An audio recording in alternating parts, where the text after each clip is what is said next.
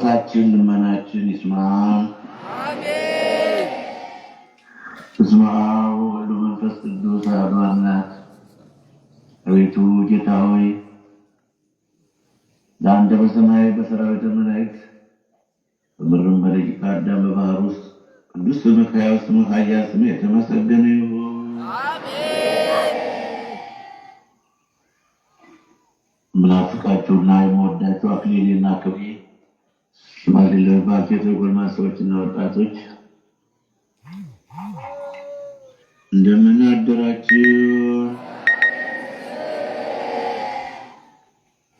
እንደምን አረፈዳችሁ?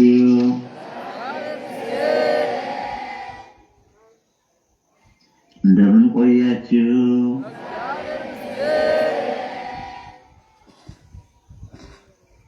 በሁላችንም አንደበት እግዚአብሔር ስም የተመሰገነ ይሁን። አሜን።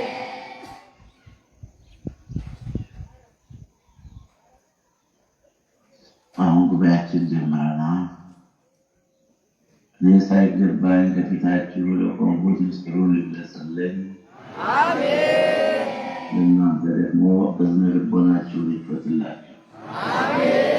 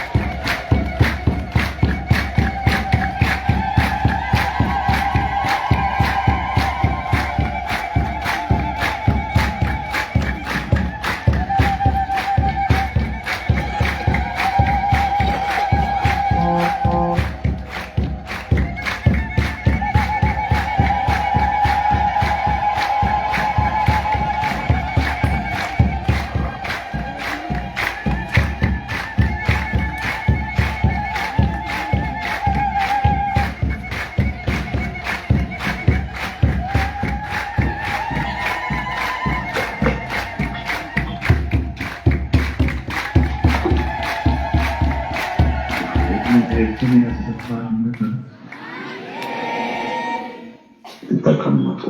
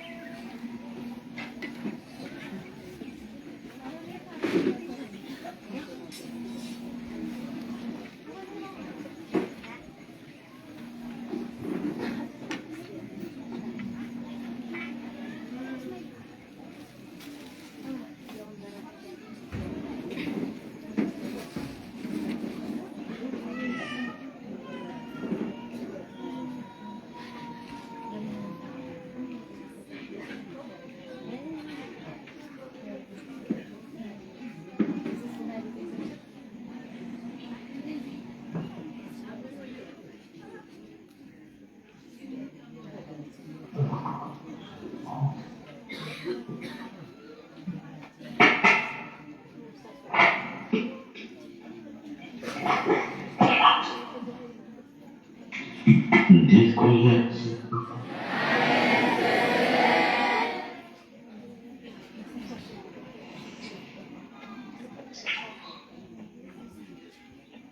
እንደምን አላችሁ?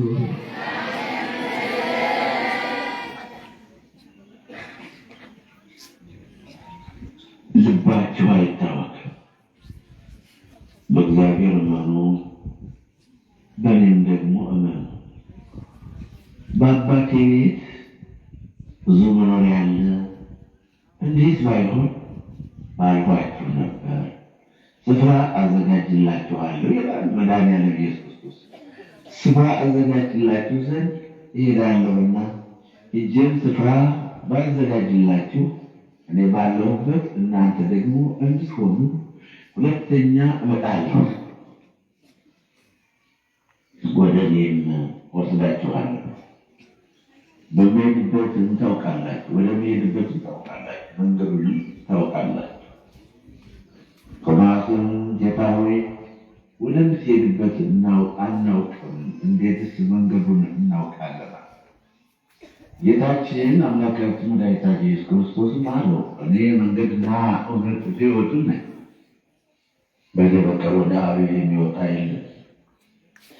እኔንስ የምታውቁኝ አባቴን ደግሞ ባወቃችሁ። አሁን ግን ከአሁንም ጀምራችሁ ታውቁታላችሁ፣ አይታችሁትማል። ፊልጶስም ጌታ ሆይ አብን አሳየንና ይበቃናል አለ። ጌታ ኢየሱስ ክርስቶስም አለው አንተ ፊልጶስ ይህን ያህል ዘመን ከእናንተ ጋር ስኖር አታውቀኝምን? እኔን ያየ አብን አይቷል። እንዴትስ አንተ አብን አሳየን ትላለህ? እኔም በአብ እንዳለሁ አብን በእኔ እንዳለ አታምኑምን? እኔ የምነግራችሁን ቃል ከራሴ አልናገረውም፣ ነገር ግን በእኔ የሚኖረው እርሱ ስራውን ይሰራል። እኔ በአብ እንዳለሁ አብም በእኔ እንዳለ እመኑኝ። ባይሆንስ ስለ ራሱ ስለ ስራው እመኑኝ።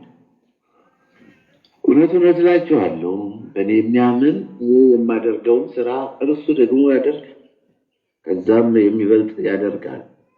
እኔ ወደ አብ እሄዳለሁ፣ አብም ስለ ወልድ እንዲከብር በስሜ የምትለምኑትን ሁሉ አደርገዋለሁ። ማናቸውንም ነገር በስሜ ብትለምኑ እኔ አደርገዋለሁ። ብትወዱኝስ ትእዛዜን ጠብቁ። እኔም አብን እለምነዋለሁ፣ ዘላለምም ከእናንተ ጋር እንዲኖር ሌላ አጽናኝ ይሰጣችኋል። አጽናኝ ማለት በግሪክ ቋንቋ ጰራቅሊጦስ ማለት እርሱም ዓለም የማያየውና የማያውቀው ስለሆነ ሊቀበለው የማይቻለው የእውነት መንፈስ ነገር ግን ከእናንተ ዘንድ ስለሚኖር በውስጣችሁም ስለሚሆን እናንተ ታውቁታላችሁ። ወላጆች እንደሌላቸው ልጆች አልተዋችሁም፣ ወደ እናንተ እመጣለሁ። ገናም ጥቂት ዘመን አለ። ከዚህም በኋላ ዓለም አያየኝም፣ እናንተ ግን ታዩኛላችሁ። እኔም ሕያው ነኝና እናንተ ደግሞ ሕያዋን ትሆናላችሁ።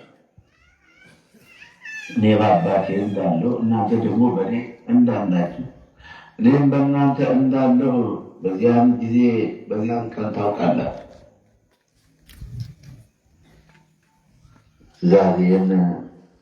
ዛሬም በእርሱ ዘንድ ያለችው የሚጠብቃትን የሚወደኝም እርሱ የሚወደኝ አባቴ ይወደዋል፣ እኔም እወደዋለሁ፣ ራሴን እገልጽለታለሁ ይላል። ቃሉ ጋር ናችሁ?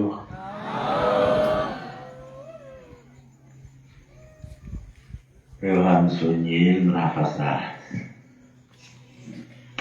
ቁጥር 1 ጀምሮ እስከ 21 ድረስ ያለ ነው። እኔ የማደርገውን እኔ የምሰራውን ስራ ይትናል። ከዛም የበለጠ ይሰራል። የቤተልሔም ሕፃን የቆሮንቶስ ባሕታዊ የንጹሕ ስደተኛ ኢየሱስ ክርስቶስ ይህንን ናገረ። በእኔ የሚያምን የማደርገውን ስራ ያደርጋል፣ ከዛም የበለጠ ስራ ይሰራል። በእግዚአብሔር አምኗል፣ በጌታ በኢየሱስ ክርስቶስ አምኗል። ሁሉም በሚችል አምላክ በአብርሃም በይስሐቅ ላይ ቆመና በማመናቸው ስላመኑ እኮ ነው። በአንደኛ ነገሥት ምዕራፍ 19 ቁጥር 10 ላይ እርሱም ለሰራዊት አምላክ ለእግዚአብሔር እጅግ ቀንቻለሁ፣ የእስራኤል ልጆች ቃል ኪዳንህን ትተዋልና መሠዊያዎችህንም አፍርሰዋልና ነቢያትህንም በሰይፍ ገድለዋልና እኔም ብቻዬን ቀርቻለሁ፣ ነፍሴንም ሊወስዷት ቻሉ። ነፍሴንም ሊወስዷት ቻሉ።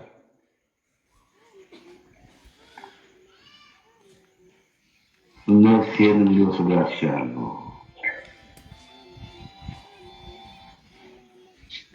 እንደዚህ ነው። በእኔ የሚያምን የማደርገውን ስራ ያደርጋል፣ ከዛም የበለጠ ያለ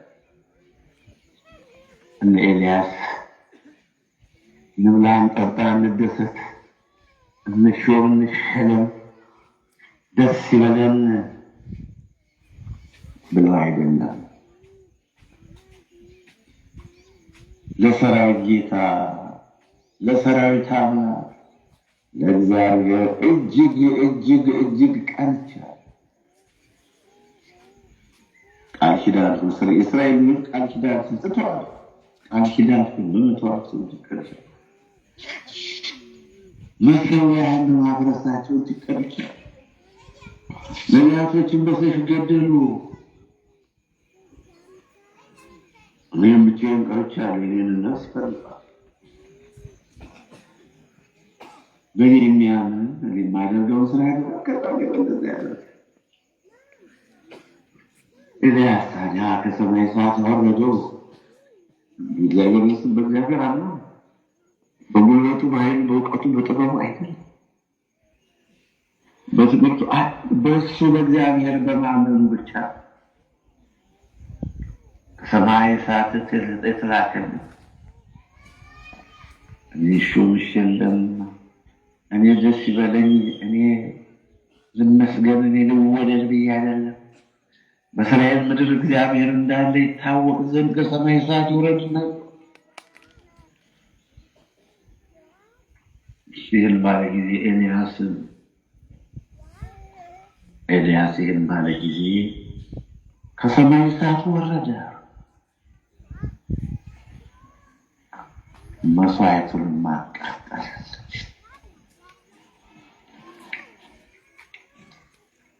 በአንደኛ ነገሥት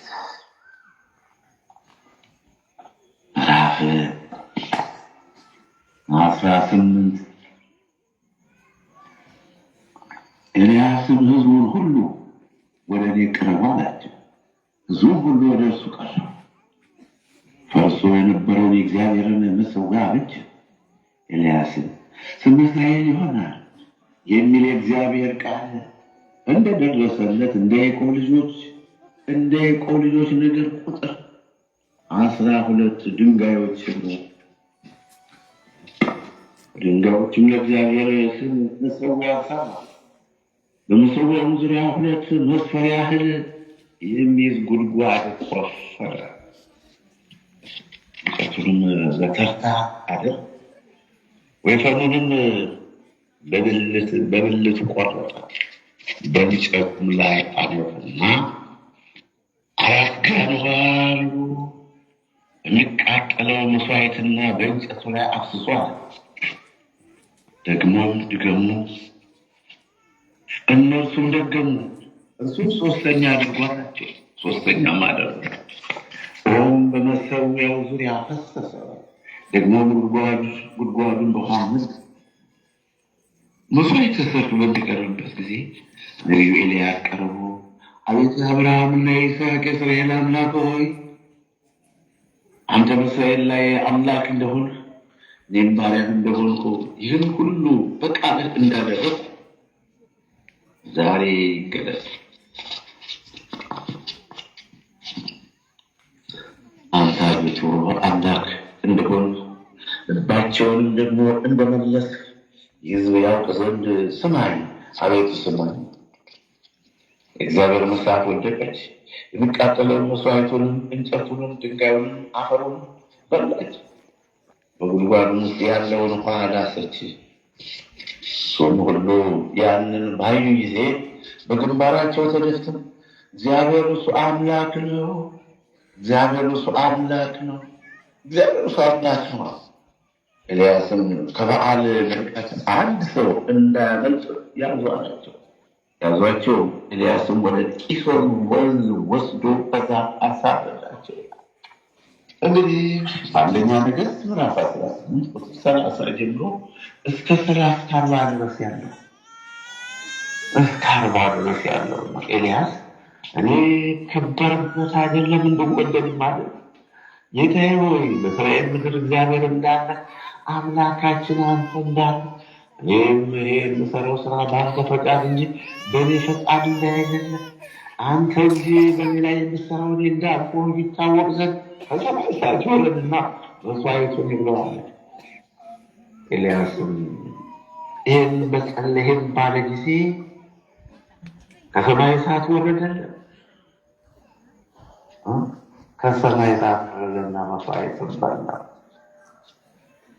ይህ በእኔ የሚያምን የምሰራውን የማደርገው ስራ ያደርጋል፣ የምሰራውን የማደርገው ስራ ይሰራል፣ ከዛም የበለጠ ይሰራል። ኤልያስ እጅግ ቀንቻለሁና እግዚአብሔርን ከልቡ በመውደዱ ደግሞም በሚፈጸመው ግፍ በሚላገዱት መላገድ የቤት ቅናት አቃጥላኛለች። የሚናገሩት መናገር በላይ ወደቀ። መዝሙር 68 ቁጥር 9 ተባለ ፈጸመ። ኤልያስም ተሰማው፣ እኔ እጅግ ቀንቻለሁ አለ። ይህም ከሰማይ እሳት ሁለተኛ ድረስ አፋን ብሎ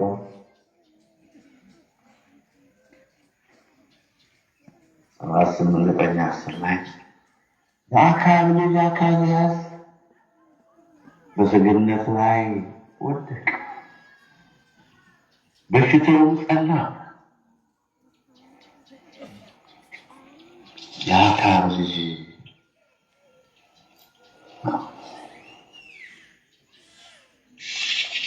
አካብ ከሞተ በኋላ ማን በእስራኤል ላይ አመፀ። አካዝያስን በሰማርያ በሰገነቱ ላይ ሳለ አይነቱ ወድቆ ታመመ። ሂዱ ከዚህ ደዌ እድን እንደሆነ የአሮንን አምላክ ብዔልዜቡልን ጠይቁ ብሎ መልእክተኞች ላከ።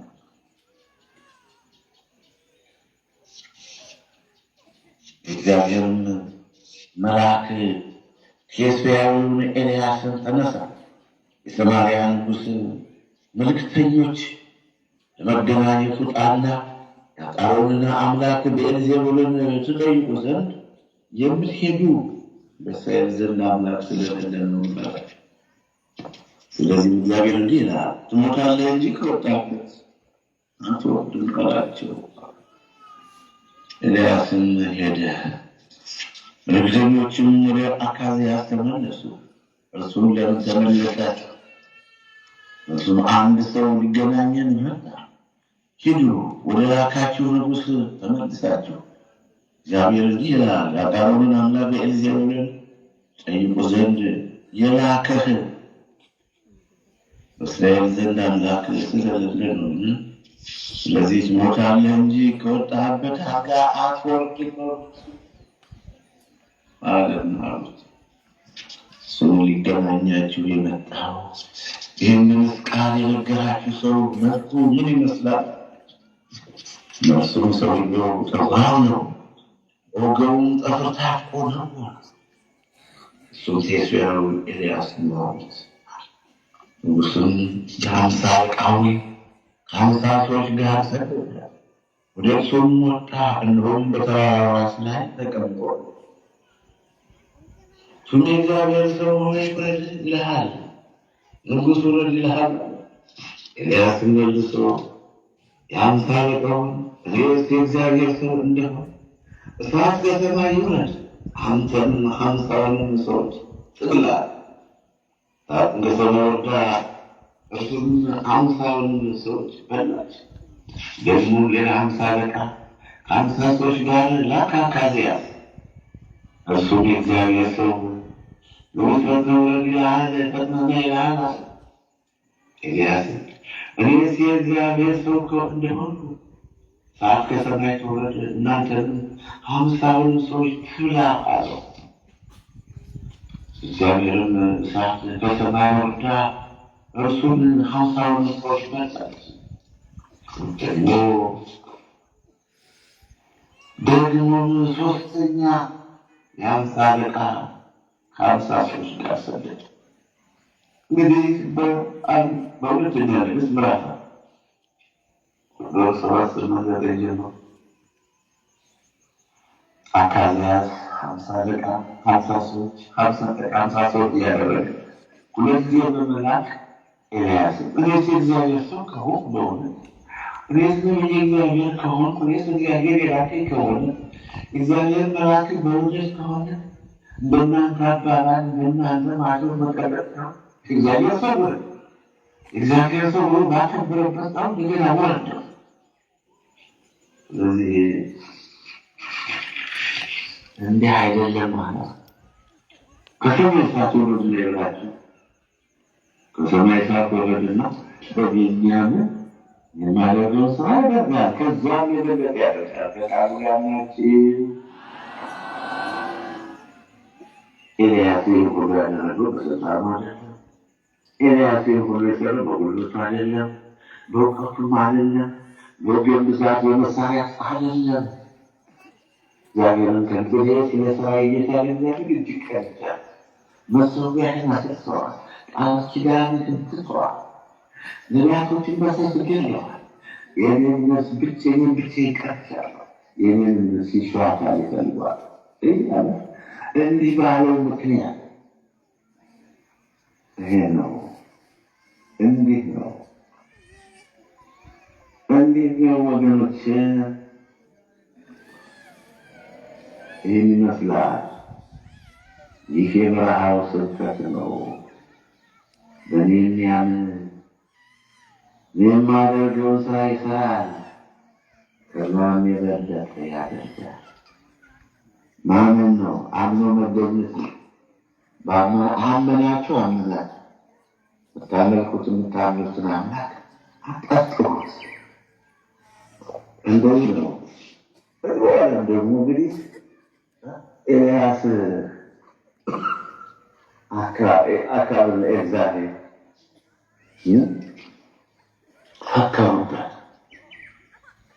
አካባቢ ለኤግዛቤል ክፉ ሰዎች ናቸው። ነቢያትን በሽተዋል፣ አልበቃም። አካባቢ ኤልያስን ይህን ሁሉ እንዳደረገ ነቢያትንም ሁሉ በሰይፍ እንዳስገደለ ለኤልዛቤል ነገር ኤልዛቤልም ነገር በዚህ ጊዜ ነፍስህን ከእነዚህ እንዳንዲቱ ነፍስ ባላደርጋት አማልክት ይህን ያድርጉብኝ፣ ይህንን ይጨምሩብኝ ብላ ወደ ኤልያስ መልእክት ልካለች። ኤልያስም ፈርቶ ተነሳ፣ ነፍሱን ሊያድን ሄደ። በይሁዳም ወዳለ ወደ ቤርሳቤህ ወጥቶ ራኬንን በዚያ አንድ ቀን የሚያህል መንገድ በምድረ በዳ ወጥቶ ከክትክታ በታች ተቀመጠና በቃኝ፣ አሁንም አቤቱ ከአባቶች አልበልጥምና ነፍሴን ውሰድ ብሎ እንዲሞት ለመነ።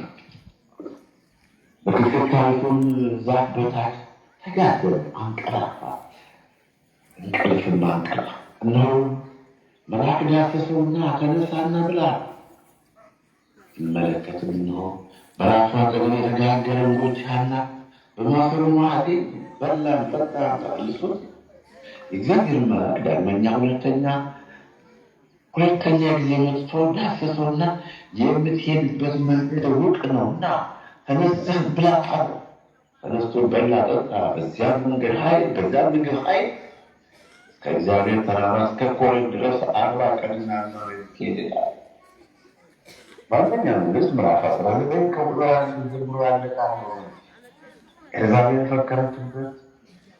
ኤልያስም ደነገጠ፣ ፈራ።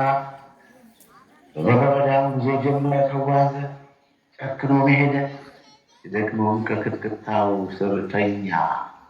እግዚአብሔርም መልአኩን ላከለት፣ ዳቦና በእንስራ ይዞ ኤልያስን ቀስቅሶ ብላ ጠጣ እያለ ነበር። በዛም ምግብ ኃይል 40 ቀን አብላ ለቤቱ ወደ ኮሬ ወደ እግዚአብሔር ተራራ በእኔ የሚያምን የማደርገውን ስራ ያደርጋል፣ ከዛ ይበልጣል።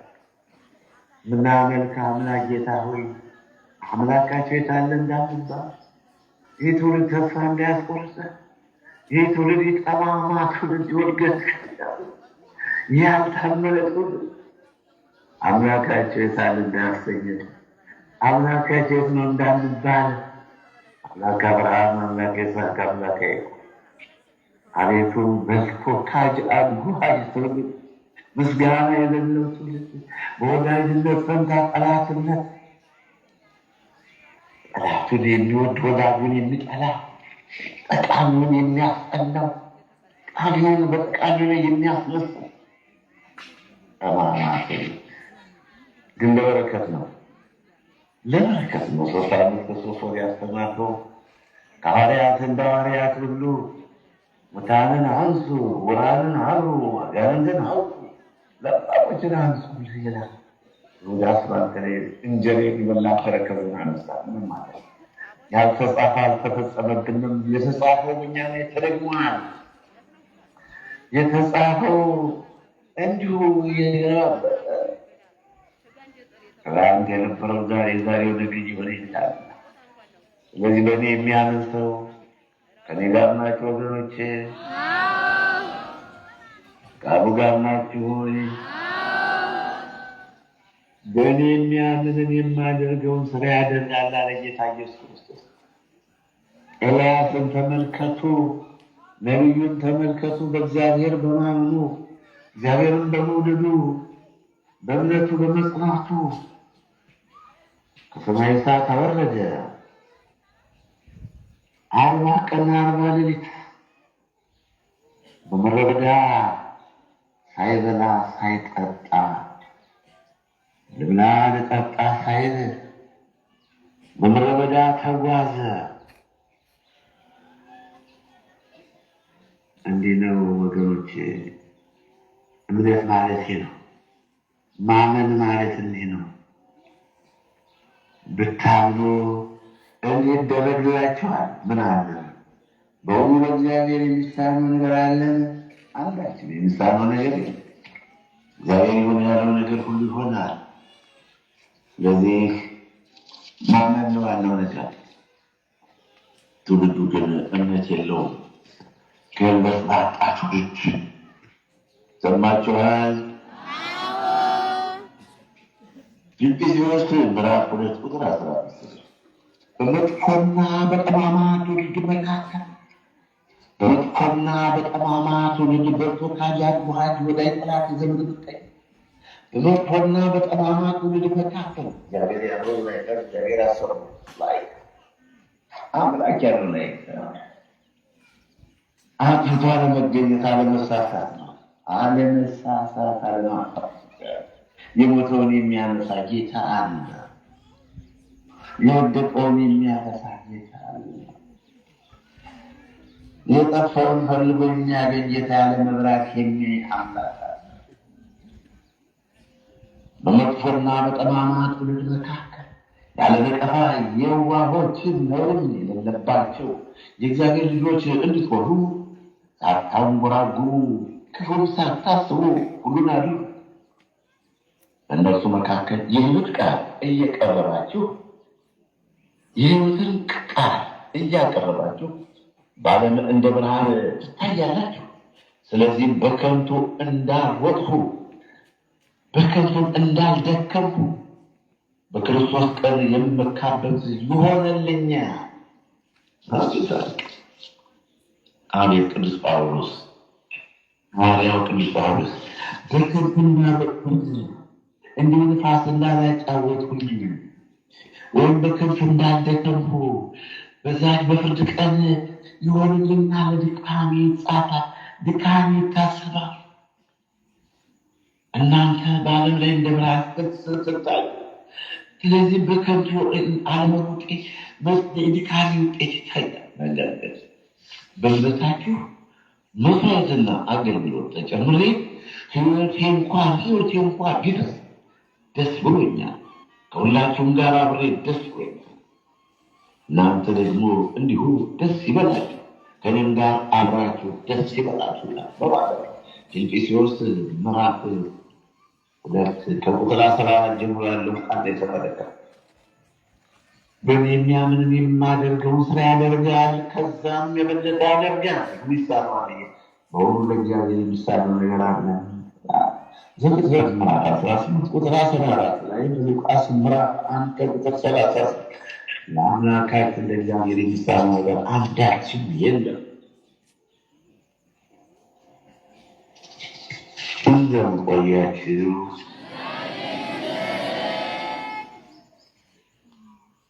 እግዚአብሔር ይመስገን።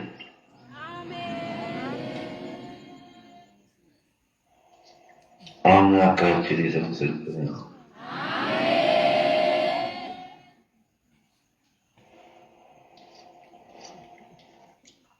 ለዚህ በሱ አምላክ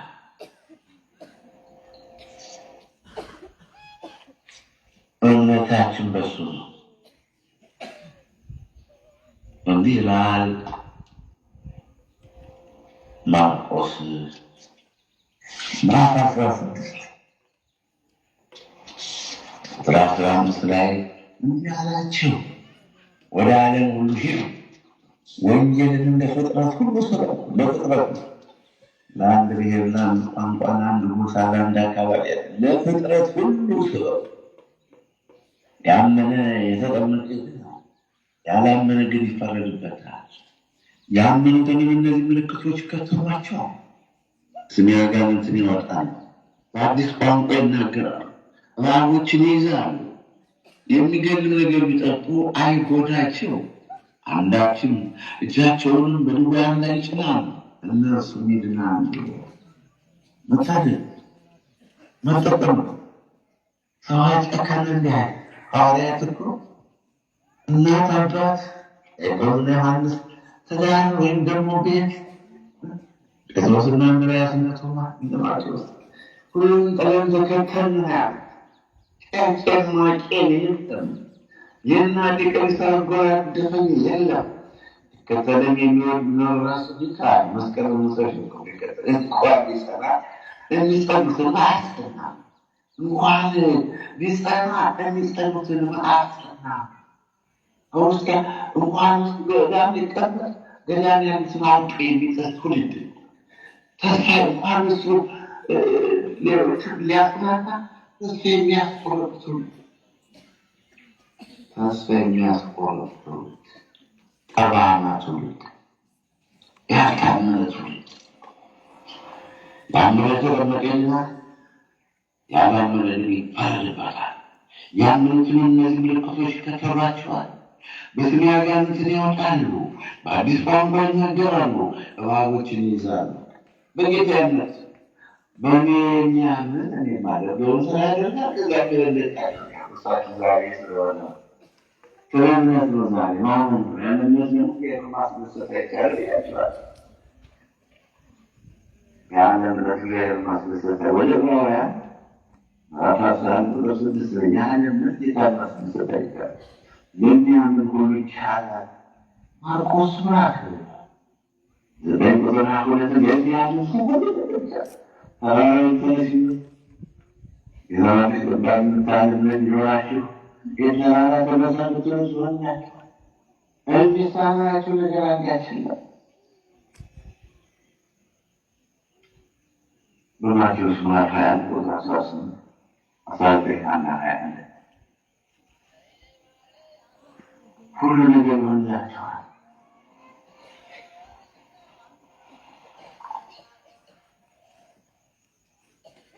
እንዴት ቆያችሁ?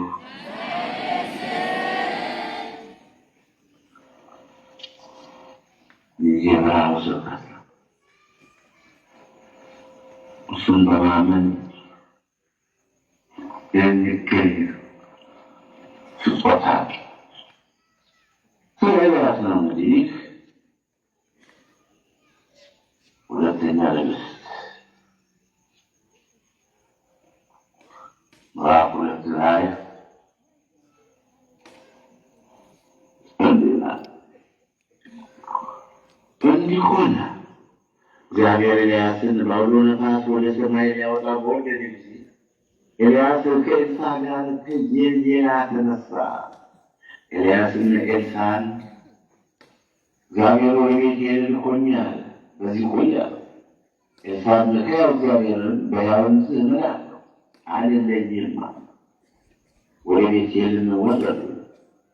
በቤቴልም የነበሩ የነቢያት ልጆች ወደ ኤልሳዕ ወጥተው እግዚአብሔር ጌታህን ከራስህ ላይ ዛሬ እንዲወስደው አውቃልን አሉት። እርሱም አውቄአለሁ፣ ዝም በሉ አላቸው። ኤልያስም ኤልሳዕ ሆይ እግዚአብሔር ወደ ኢያሪኮ ልኮኛልና እባክህ በዚህ ቆይ አለው። እርሱ ሕያው እግዚአብሔርን በሕያው ነፍስህ እምላለሁ አልለይህም አለው። ወደ ኢያሪኮ መጡ። በኢያሪኮም የነበሩ የነቢያት ልጆች ወደ ኤልሳዕ ቀርበው እግዚአብሔር ጌታህን ከራስህ ላይ ዛሬ እንዲወስደው አውቃልን አሉት። እሱም አውቄአለሁ፣ ዝም በሉ ብሎ መለሰ። ኤልያስም እግዚአብሔር ወደ ዮርዳኖስ ልኮኛልና እባክህ በዚህ ቆይ አለ። ኤልሳዕ ሕያው እግዚአብሔርን በሕያው ነፍስህ እምላለሁ አልለይህም አለ። ሁለቱም ይሄዱ። ከነቢያቱ ልጆች 50 ሰዎች ይሄዱ፣ በፊታቸውም ርቀው። እነዚህም ሁለቱ በዮርዳኖስ ዳር ቆመው ነበር። ኤልያስም መጎናጸፊያውን ወስዶ ጠቀለለ፣ ውኃውንም መታ፣ ወዲያውም ወዲህና ወዲህ ተከፈለ። ሁለቱም በደረቅ ተሻገሩ። ከተሻገሩም በኋላ ኤልያስ ኤልሳዕን ከአንተ ሳልወሰድ አደርግልህ ዘንድ የምትሻው የምትፈልገውን ለምን አለ። ኤልሳዕም መንፈስህ በእኔ ላይ 2 እጥፍ ይሆን ዘንድ እለምንሃለሁ አለ። እሱም አስቸጋሪ ነገር ለምነኸኛል፣ ነገር ግን ከአንተ ዘንድ በተወሰድኩ ጊዜ ብታየኝ ብትጸና፣ እኔ እናንተ እስክንለያይ ድረስ ብትጸና፣ ጸንተህ ብትቆይ ብትገኝ ይሆንልሃል፣ ያለዚያ ግን አይሆንልህም አለ። ሲሄዱም እያዘገሙ ሲጫወቱ እነሆ የእሳት ሰረገላና የእሳት ፈረሶች በመካከላቸው ገብተው ከፈሏቸው። ኤልያስም በአውሎ ነፋስና ወደ ሰማይ ወጣ። ኤልሳዕም አይቶ አባቴ ሆይ የእስራኤል ሰረገላና ፈረሶች ብሎ ጮኸ። ከዚያም ወዲያ አላየውም። ልብሱንም ይዞ ከሁለት ተረተረው። ከኤልሳዕም የወደቀውን መጎናጸፊያ አነሳ፣ ተመልሶም በዮርዳኖስ ዳር ቆመ። ከኤልያስም የወደቀውን መጎናጸፊያውን ወስዶ ውኃውን መታና የኤልያስ አምላክ እግዚአብሔር ወዴት ነው? የኤልያስ አምላክ እግዚአብሔር ወዴት ነው? ውኃውንም በመታ ጊዜ ወዲህና ወዲያ ተከፈለ። ኤልሳዕም ተሻገረ። ከኢያሪኮም መጥተው በአንጻሩ የነበሩ የነቢያት ልጆች ባዩት ጊዜ የኤልያስ መንፈስ በኤልሳዕ ላይ አርፏል። ገናኙትም መጥተው በፊቱ ወደ ምድር ተደፉ። እነርሱም እንሆ ይላል እንግዲህ በእኔ የሚያምን የማደርገውን ያደርጋል፣ ከዛም የበለጠ ያደርጋል። በጌታ ካመናችሁ፣ መድኃኒዓለም በኢየሱስ ክርስቶስ ካመናችሁ የሥጋው ነገር ይቅርና የነፍሱ፣ የመሬቱ ነገር ይቅርና የሰማዩ፣ የሰው ነገር ቀርቶ የመንፈስ ቅዱስ ነገር ከእናንተ ነው። ችግሩ እምነት የት ይምጣ? እምነት የት ይምጣ? የትኛው ጠማማ ትውልድ፣ ያልታመነ ትውልድ። 2ኛ ነገሥት ምዕራፍ 2 ከቁጥር 2 ጀምሮ ያለውን የተመለከት ነው። ኤልሳዕም ኤልያስን መጎናጸፊያ ወሰደና የዮርዳኖስን የሞላውን ውኃ አመጣው፣ ውኃውም ከሁለት ተከፈለ። ኤልሳዕም በደረቅ አሸዋ ተሻገረ ይላቸዋልና እንግዲህ ምን ማለት ነው? እምነት ማለት እንደዚህ ነው። ለሚያምን ደግሞ ሁሉ ይቻላል።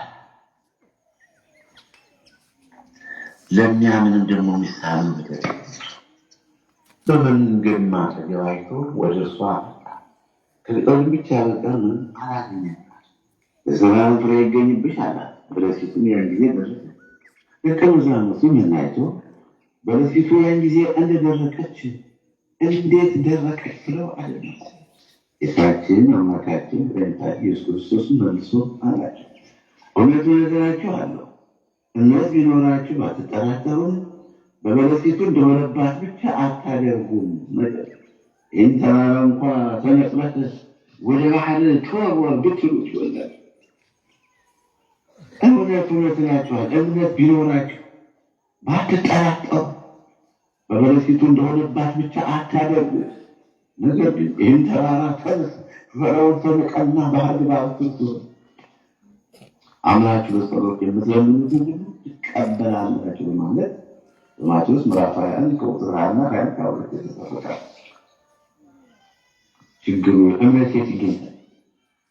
እምነት የት ይምጣታል? ነገር ግን በምንም ሳይጠራጠር እምነት ሰው ይለምን። የሚጠራጠር ሰው በነፋስ የተስፋና የተነቃነቀ የባህርን ማዕበል ይመስላል። ያዕቆብ ምዕራፍ 1 ቁጥር 6 ላይ የተጻፈ ጌታችን አምላካችን መድኃኒታችን ኢየሱስ ክርስቶስን ስለ እምነታችሁ ማለት ነው እውነት እላችኋለሁ የሰናፍጭ ቅንጣት የሚያህል እምነት ቢኖራችሁ ይህን ተራራ ከዚህ ወደዚያ ከዚያ ወደዚህ ሄደህ ብትሉት የሚሳናችሁ ነገር ይሆንላችኋል። የሚሳናችሁ ነገር የለም፣ ይሆንላችኋል።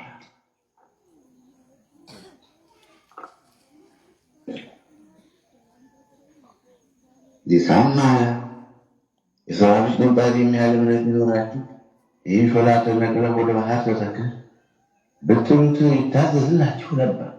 ከእናንተ የሚያርስ ወይም ከብትን የሚጠብቅ ከእርሻው ሲመለስ ወዲያው ቅረብና በማዕድ ተቀመጥ የሚለው ነው። ሉቃስ ምዕራፍ 17 ቁጥር 6 የተጻፈ ቃል። እንዴት ቆያችሁ?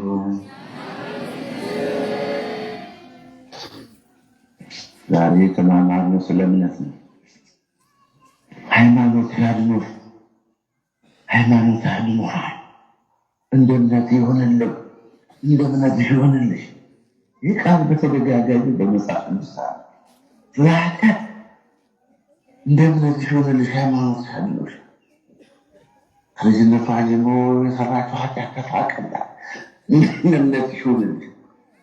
ለደዌ ዓይነ ስውሩ የጤኖስ በርጤኖስ ምን ላደርግ ትወዳለህ? እንዳይኗር እንደለት ይሁን። ማርቆስ ምዕራፍ 10 ቁጥር 42 እስከ እንደ እምነት ይሁን ብሎታል። ዓይኑ ብርሃኑ 12 ዓመት ደም የሚፈሳ እንደ እምነት ይሁንልሽ፣ እንደ እምነት ይሁንልሽ። ሉቃስ ምዕራፍ ወንጌላዊ ሉቃስ ወንጌለ መንግሥት እንደጻፈ ሉቃስ ምዕራፍ 8 ቁጥር 43 ላይ እንዴት ቆያችሁ? ሉቃስ ወንጌል በጣም ተሳሳፉ ከ12 ዓመት ደም የሚፈሳቸው ሉቃስ ምዕራፍ 8 ቁጥር 43 ላይ እና በወላደሱ እንዳሰሰች ደሟም ደረቀ፣ እርሷም ዳች እንደ ማንኛውም ሰው ሆነ። እና ታዲያ እንደ እምነት ይሆንልኝ፣ እንደ እምነት ይሆንልኝ። እንዲህ አይነት የማዳን ስራ ጌታ ስራ እንግዲህ ያመገነሱ እንደ እምነት ይሆንልኝ ይላቸው ነበር። አምላክ ለመዳን ያው ደግሞ ቅድም ያልኩትም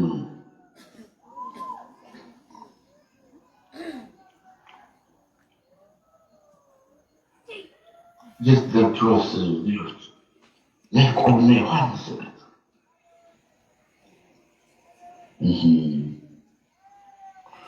ወደ ኢያሪኮ መጡ። ከደቀ መዛሙርቱም ከብዙ ሕዝብ ጋር ከኢያሪኮ ሲወጣ የጢኖስ ልጅ እውሩ በርጤኖስ እየለመነ በመንገድ ዳር ተቀምጦ ነው። የናዝሬቱ ኢየሱስ እንደሆነ በሰማ ጊዜ የዳዊት ልጅ ሆይ የዳዊት ልጅ ሆይ ማረኝ እያለ ጮኸ። ብዙዎችም ዝም እንዲል ገሰጹት። እርሱ ግን የዳዊት ልጅ ሆይ ማረኝ እያለ አብዝቶ ጮኸ። ጌታችን አምላካችን መድኃኒታችን ኢየሱስ ክርስቶስን ቆመና ጥሩት አለ። እውሩንም አይዞህ ተነሳ ይጠራሃል ብለው ጠሩት። እርሱም እየዘለለ ተነሳና ልብሱን ጥሎ ወደ ኢየሱስ ክርስቶስ መጣ። ጌታችን አምላካችን መድኃኒታችን ኢየሱስ ክርስቶስ መልሶ ምን ላደርግልህ ትወዳለህ? እውሩም መምህር ሆይ እድን ዘንድ ነው አለው። ኢየሱስ ሂድ እምነትህ አድኖሃል። ወዲያውም አየ፣ በመንገድ ተመለከተ፣ እንዲህ ሰው ተመለከተ ይላቸዋል። እንዴት አድርናችሁ እንግዲህ በቋንቋ ንገራቸው። እንዴት ሰላም ቅጣት የምታደርግ ይሆናል? ብሩ ነው እንዴ? ሀብቱ ነው እንዴ? እንጀራው ነው እንዴ? ስጋው ነው እንዴ? ወርቁ ነው እንዴ? ካባው ነው? ምንድን ነው የሚሰራው? ለአምላካችን ችግሩ ከራሳችን የራሳችን ጉድለት ያለማመናችን ሁኔታ እግዚአብሔርን ያህል ጌታ እየተጠራጠርን ወይ ከስጋ ወይ ከነፍስ ሳንለው ስርቆት ይመቸናል። ስርቆት፣ ማጭበርበር፣ ማታለል፣ የሰውን ገንዘብ መዝራት፣ መጥፋት፣ መሸንገል፣ እኔ ቤት አለመታለል እግዚአብሔር ኃጢአት ያደረጉ መላእክት ማሳበብ አላቸው ወደ ገሃነም ጥሎ እስከ ትልቅ ይጠብቃቸዋል። ኃጢአት ያደረገ ምሕረት የለም። ኃጢአት ያደረገ ምሕረት የለም። መንግሥተ ሰማያት ቀርባለች፣ ንስሐ ግቡ። የእግዚአብሔር መንግሥት ቀርባለችና ንስሐ ግቡ። አትጠራጥሩ። ይኸው የጤኖስ ልጅ በርጤኖስ እባክህ ጌታዬ የዳዊት ልጅ ማረኝ፣ ሂድ እምነትህ አድኖሃል።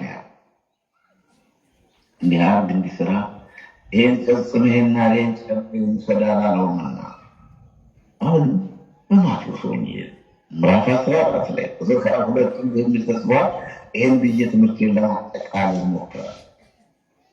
ወዲያውኑ ሕዝቡን ሲያሰናብት ሳለ ደቀ መዛሙርቱ በታንኳይቱ ገብተው ወደ ማዶ እንዲቀድሙት ግድ አላቸው። ወደ ማዶ ቀደሙ፣ ሂዱ፣ አልፋችሁ አላቸው፣ ግድ አላቸው። ሕዝቡም ተሰናብቶ ይጸልይ ዘንድ ብቻውን ወደ ተራራ ወጣ። በመሸም ጊዜ ብቻውን በዚያ ነበረ። ታንኳይቱንም አሁን በባህር መካከል ሳለች ሐዋርያት ያሉባት ነው። ሐዋርያት በታንኳ በጥሪያ ደስዋትየ ነፋስ ከወደፊት ነበረና በማዕበል ትጨነቅ ነበር። ሐዋርያት ያሉባት ከሌሊቱም በአራተኛው ክፍል ኢየሱስ ክርስቶስ በባህር ላይ እየሄደ ወደ እነርሱ መጣ። ደቀ መዛሙርቱም በባህር ላይ ሲሄድ ባዩት ጊዜ ምትሃት ነው ብለው ታወኩ፣ በፍርሃትም ተጨነቁ። ወዲያውም ጌታችን አምላካችን ኢየሱስ ክርስቶስ ተናገራቸውና አይዟችሁ እኔ ነኝ አትፍሩ አላቸው። ጴጥሮስም መልሶ ጌታ ሆይ ጌታ ሆይ ጌታ ሆይ አንተስ ከሆንክ በውኃው ላይ ወደ አንተ እንድመጣ እዘዘኝ አለው። እርሱና አለው። ጴጥሮስም ከታንኳይቱ ወርዶ ወደ ኢየሱስ ክርስቶስ ሊደርስ በውኃው ላይ ሄደ። ነገር ግን የነፋሱን ኃይል አይቶ ይሰጥም የነፋሱን ኃይል አይቶ ፈራ። የነፋሱን ኃይል አይቶ ፈራ። የነፋሱን ኃይል ነፋሱ አየለው። ነፋሱ ጀበጀበው። ነፋሱ ገለበጠው። የነፋሱን ኃይል አይቶ ፈራ።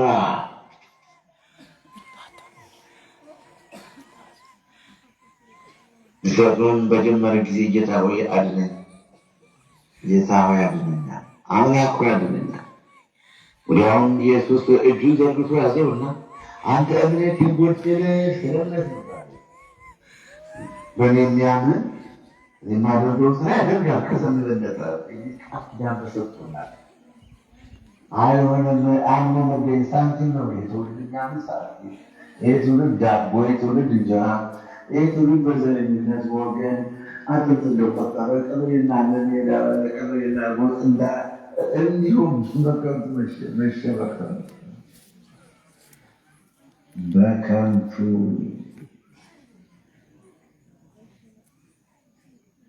ይላል። ወዲያውም ኢየሱስ ክርስቶስ እጁን ዘርግቶ ያዘውና አንተ እምነት የጎደለ ስለምን ተጠራጠርህ? ወደ ታንኳይቱም በወጡ ጊዜ ነፋሱ ነው። በታንኳይቱም የነበሩት በእውነት የእግዚአብሔር ልጅ ነው ብለው ሰገዱለት በማለት ማቴዎስ ወንጌል ምዕራፍ 14 ከቁጥር 22 እስከ 33 የተጻፈውን ቃል ነው እንድንመለከተው የነበረ ያለና ለዘላለም የሚኖር አምላክ ማስተዋሉን ይስጠን። አሁንና እውቀቱን ይግለጽልን። የምንድንበትን መንገድ ይምራን። እንጸድቅበትን መንገድ ይምራን።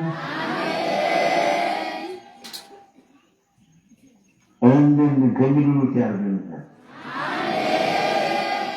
በምን ነቢይ እንደጥጣው ሌሎችን ሳሰበም የሚያልኩት እናንተ ናገር። ነገር ግን አሁን የወንጌል አገልግሎት ለሚድኑትና ምስሉ ነው። መልክ ገለባና ስንዴ ፍሬውንና ገለባውን የሚለይ መልክ ገለባውንና ስንዴውን ይለያል። ያለፈዋል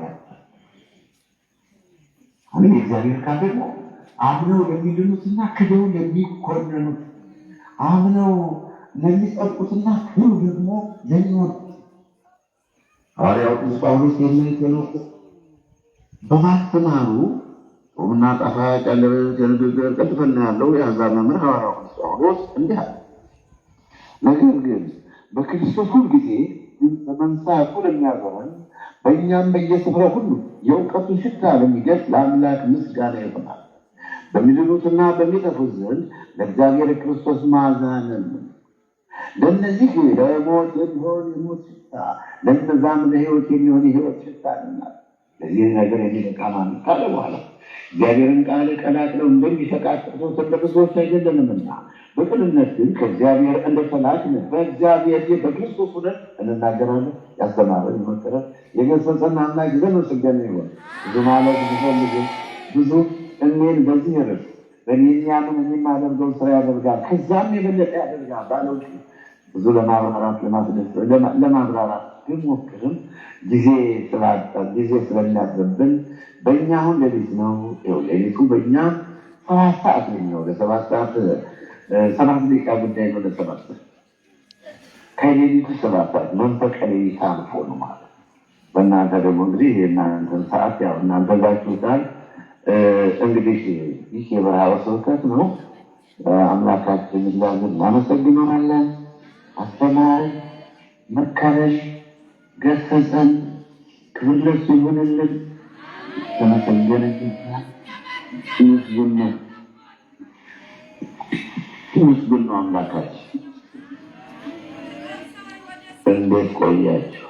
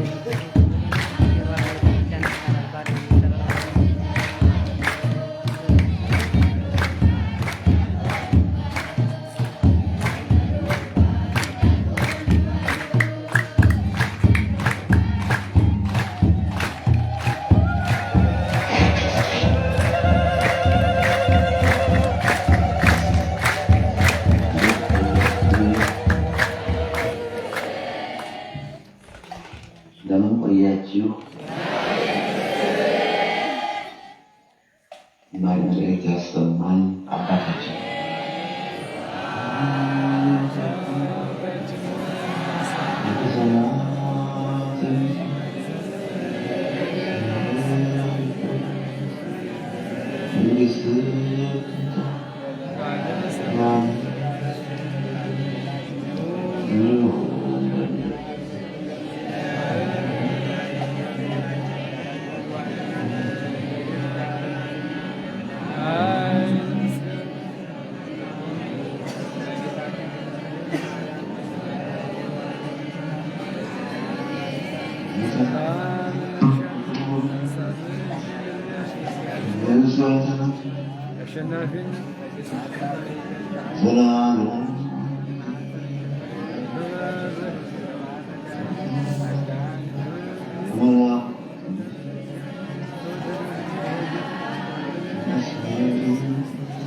ይቅርታና ምሕረትን ኃጢአታችንን ያስተሰርይልን።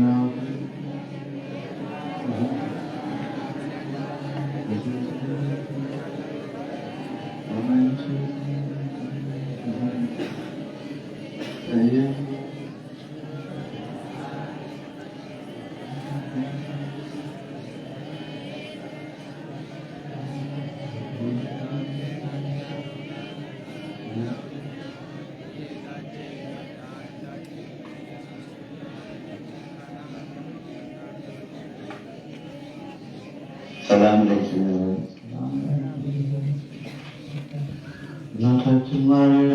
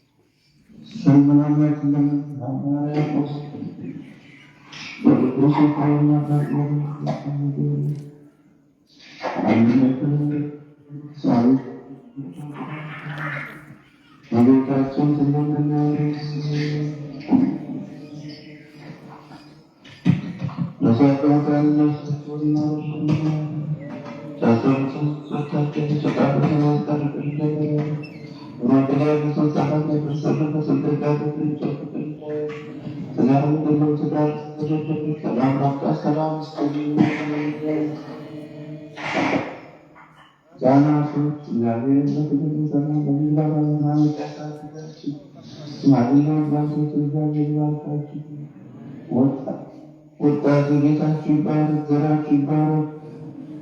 ሁሉን የሚችል አምላክ በክፉ ነገር ሁሉ ይሰውረን፣ መዓቱን ያርቅልን፣ ምሕረቱን ያውርድልን። ባለምሕረቱ ቸርነቱን ይመልከተን፣ እኛን በሰላም በቸር ይመልሰን፣ እናንተንም በሰላም በቸር ያቆየን። አብረን አመስግን አብረን ዘምረን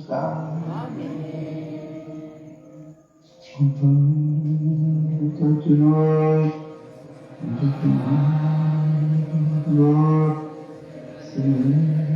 ቅዱስ መንግሥትህ በሰማይ እንደሆነች እንዲሁ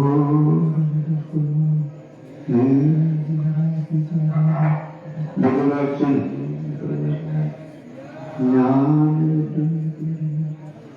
አቤቱ ወደ ፈተና ከገባን መንግሥት ያንተ ናትና ዘላለሙ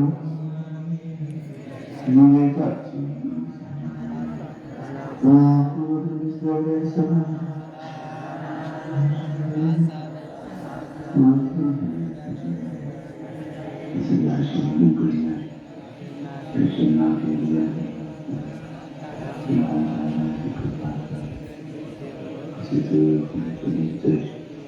አንቺ የተባረክሽ ነሽ በማኅፀንሽ ፍሬ ኢየሱስ ክርስቶስ የተባረከ ነው። ጸጋን ዘመንፈስ ቅዱስ ደስ ይበልሽ እና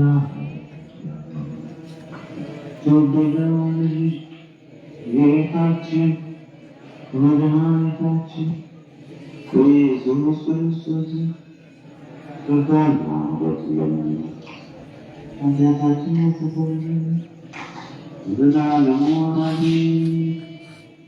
ጌታችን መድኃኒታችን ኢየሱስ ክርስቶስ የካህናት አለቃ ሐዋርያትን ስልጣን ይሰጣል።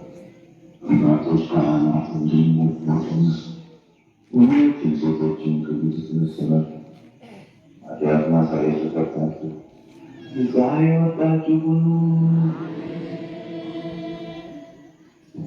እናንተ ወደ መንግሥተ ሰማያት ተመካ ዝግጅን ሮማንና ክርስቶስ ሆነ ስለሆነ ጊዜ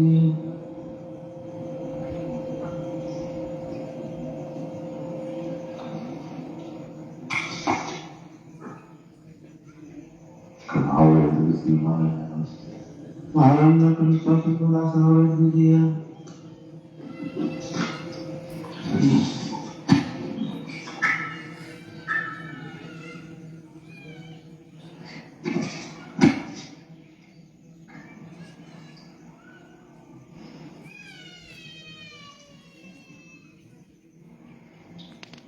ኢየሱስ ክርስቶስ ስለ ኃጢአቴ እና በርትረሳ ማስነሰሳ እኔም በደለኝ ሰራለሁ ይሰራል እግዚአብሔር ይፍታ ከሌላካችን ለበረከት ሆኖ ምን እናድርግ ምን እናደርግላችሁ ትፈልጋላችሁ?